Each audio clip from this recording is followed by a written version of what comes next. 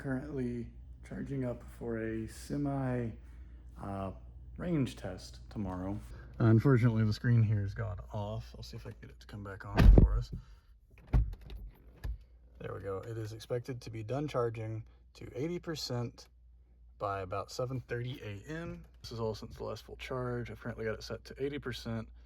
It's on level 1. It's charging at 12 amps, and it should be done by about 7:30. This is all from the last 2 days of driving. But tomorrow, I am going down to visit my parents and kind of let them see the car, let them experience it a little bit. I don't know if I'll get much, if any of that, on camera. It's about 100 and something miles. Usually the way I like to go is closer to 60 or 70, but it's a longer drive. So I don't exactly know where I'm looking. According to my route planner, I should get there with about 30 to 40% battery, and I should be able to return on not having to charge up at any point along the way. I most likely will. There's a Walmart near them that has Electrify America fast charge station, so I'll probably go there and charge up before I come back, so that way I can let my parents kind of drive the car and experience one pedal driving, experience an electric vehicle, something that they've not had the opportunity to do. And then obviously I'll come home. I am taking the portable charger just in case I'd rather charge up at their house rather than do Electrify America. But regardless, tomorrow will be a range test. Even if I don't come back on not charging, I will at least be able to see if I can get the 35% that was predicted by the route planner in the My Chevrolet app. I think I can do it. Obviously, it's been really hot, so the AC running will be a little bit of a variant, but I'll probably be driving with the AC off, fan on, and windows open for the most part, and I will kind of bring you guys along for that with some in-car stuff, and then you know, where my battery's at when I get there, if we're going to charge up, how all that's going to go. So see you guys in the morning. Okay, so it is about 7:40 in the morning. The car's already started. We're at 211. It's charging to 78%, which I want to talk about that here in a second. But I'm going to go ahead and get it unplugged here, get this wrapped up. Like I said, we are at 211 expected mileage, and over here our charging. You guys tell me, does that or does that not look like 80%? So I go into charging options and charging level, drag this all the way to 100, and 1, 2, so that should be 90, 85, 80, but it's 78. It's not a problem. This is still more than enough miles. Maybe I'll throw in a picture here showing that we are at 78% charge, but that's just what it's doing. I'm gonna go ahead and turn off the air conditioning, turn this down.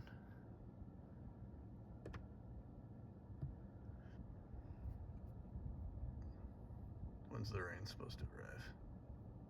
Never, I guess. Okay, so just a quick little update. We are doing 65, and as you can see by that little yellow line there, I am down to 199 expected miles, and it's kind of aggressive driving because it is a relatively uphill road currently, and we are doing 65. We'll be getting off this onto some more country-style roads here shortly, and according to this, we've done 10 miles. We've used 2.8 kilowatts, and I don't really have the AC running, so the main use of my battery is coming from driving and accessories. And again, we're going uphill. You can see it's really pulling on that battery for the torsion. Been a little bit, thought I'd go ahead and check in. Fan's still on, AC still off. We're down to 181 expected range, but as you can kind of see there, we do have a little green line towards good driving. So the road's still a bit hilly up and down, but it's 55 for here on for the foreseeable next while. We've done 31 miles so far and used 71 kilowatts with driving and accessories, and only 1% used for the climate because I started this morning with AC on before leaving the house. But as you can see, this road is using quite a bit of kilowatts. I have been using Regen on Demand, which is this little paddle right here, and a bit of the Regen when going down hills, coming up to unseen turns, which I can keep an eye on with the GPS. And that's kind of helping get the battery back up there. I'll show you the impacts when we get where we're going. We've still got at least another 50 so miles. Okay, it's gonna be a little hard to hear me here, but once I get a good solid yellow line, I'm going the lane keep assist. Just gotta wait for a good solid yellow line because there's not a lot of traffic around here, as you guys can kind of tell. Let it coast. It's pushing me back over. You might be a little curious as to why I decided to do the lane keep assist test right then, besides for it being you know, quiet and not a lot of traffic around, so it was safe enough to do so. But not too long ago, on this exact trip, I moved over to the right of the road to try and avoid hitting something large in the road, kind of like center it with the car so it'd go underneath. And the car forced me really hard back into my lane. So I wanted to just kind of see if that was going to do the same thing if I let it just kind of coast over, and it didn't. So, I mean, that's a bonus, because I have heard that it can be aggressive, and it definitely can be. Thankfully, at least for that particular test, it wasn't. I'm coming up to getting back onto the 65-mile-an-hour plus zones, and then I'm going to get on the interstate for a short amount of time.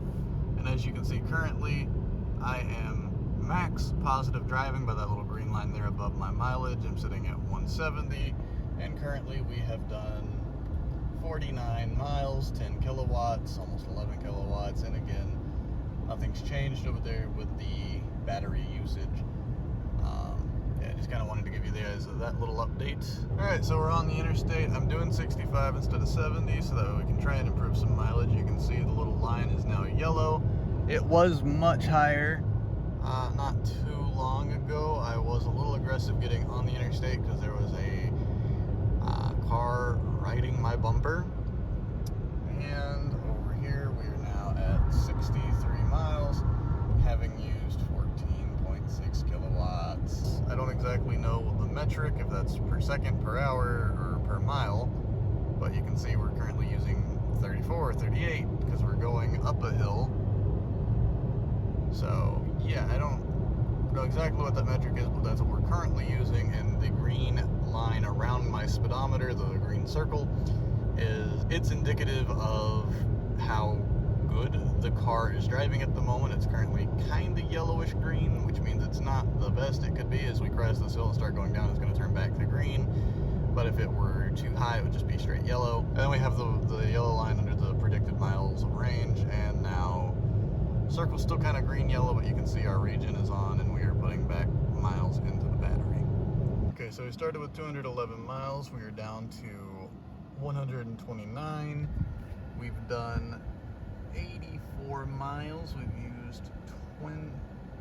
used 19.3 kilowatts with 100% now to driving and 0 to climate, which, like I said, fan only, 62, no AC. If we go over to impacts, this whole drive, technique, we've improved.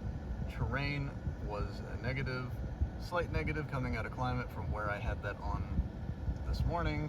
And outside temperature, apparently it's good, even though it's pretty warm. Kind of see it there. We are at about 50%, but we have 129.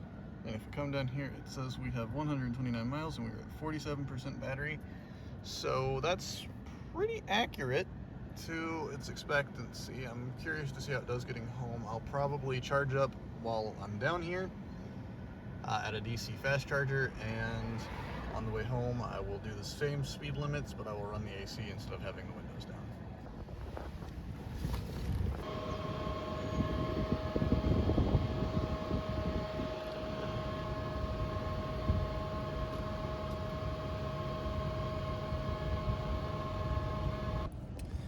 Okay, so let's talk fast charging real quick. So we went to Buc-ee's because it was the nearest place that had a fast charger and food, We got there with about 36%. I think I took a screenshot. If I did, you'll see it now.